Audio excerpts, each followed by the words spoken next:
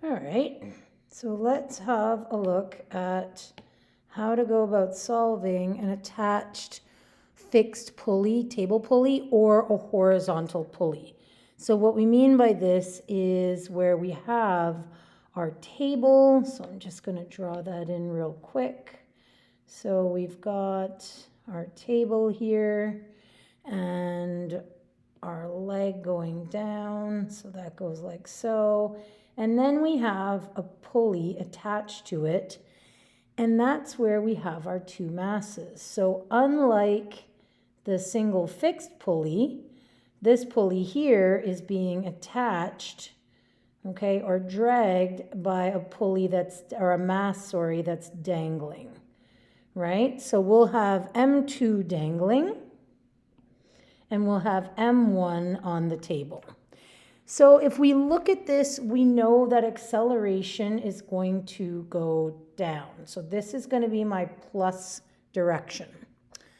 All right. So again, like we did in the previous screen, we've got to draw little free body diagrams that are going on with each actual object. So we're going to start with M1. M1, so I'm going to do M1 over here. M1.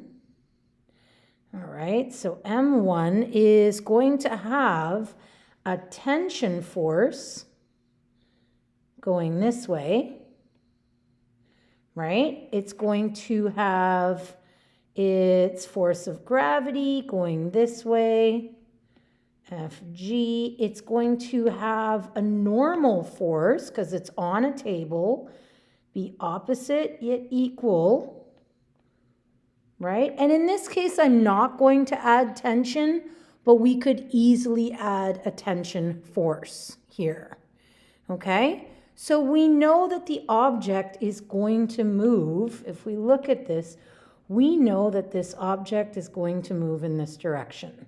It's going to be dragged to the end of the table where it hits the pulley, okay?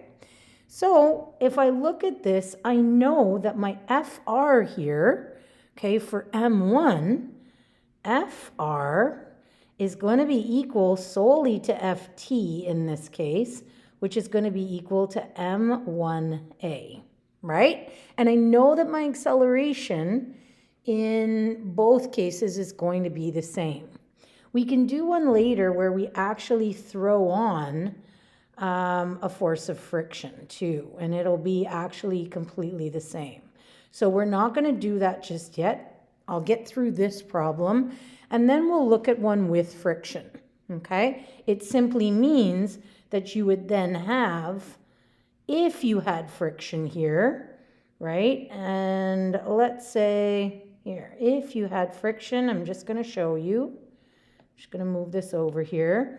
Friction would actually be minus FF here because it's going in the opposite direction, which means that if friction was there, which it's not this time, it would end up being FT equals M1A plus FF, right?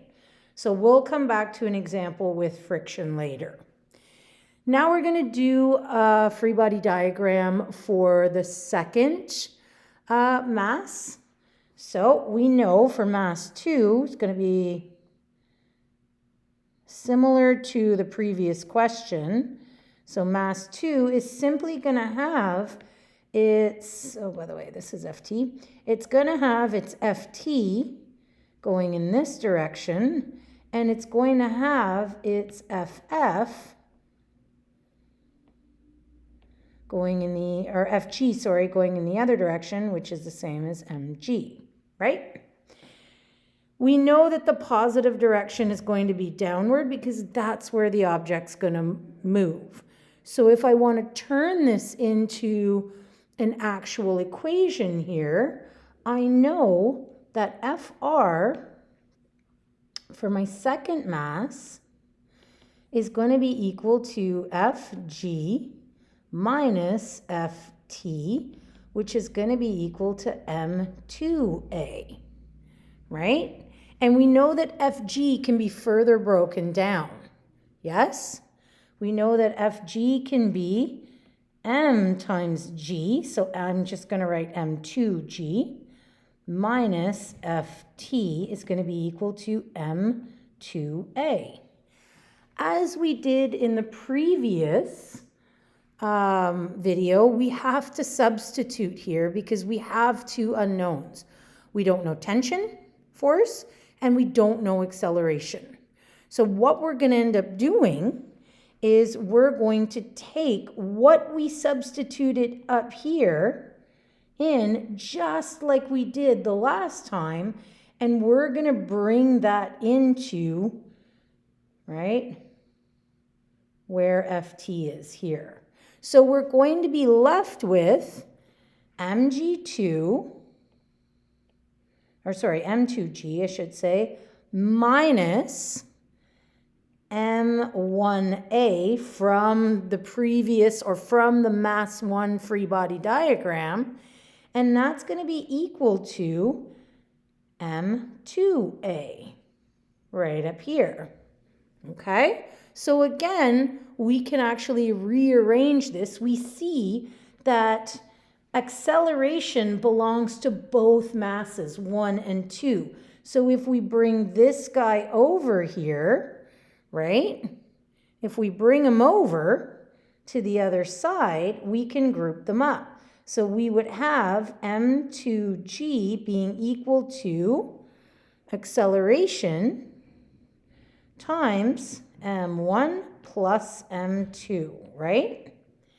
How do we isolate for acceleration in this case? Well, same as before. A is going to be equal to m2g over m1 plus m2. And if I'm asking you for the tension force in the system, you're going to now have that acceleration, and you simply go back up to your first actual mass, and you can find what the tension is in the core and or being applied, by the rope to the actual mass. If force of friction was in there, we would simply be substituting all of this. Okay, we'll work on one of those in class together. But essentially, if we go back here, we see a lot of similarities. So I'm hoping you watched the previous video. If you want to go about solving these, your best bet is to draw out the free body diagrams that accompany each mass. And from there, you can set up your equations. Okay, be sure to be mindful of the difference between M1 and M2 because they're not the same.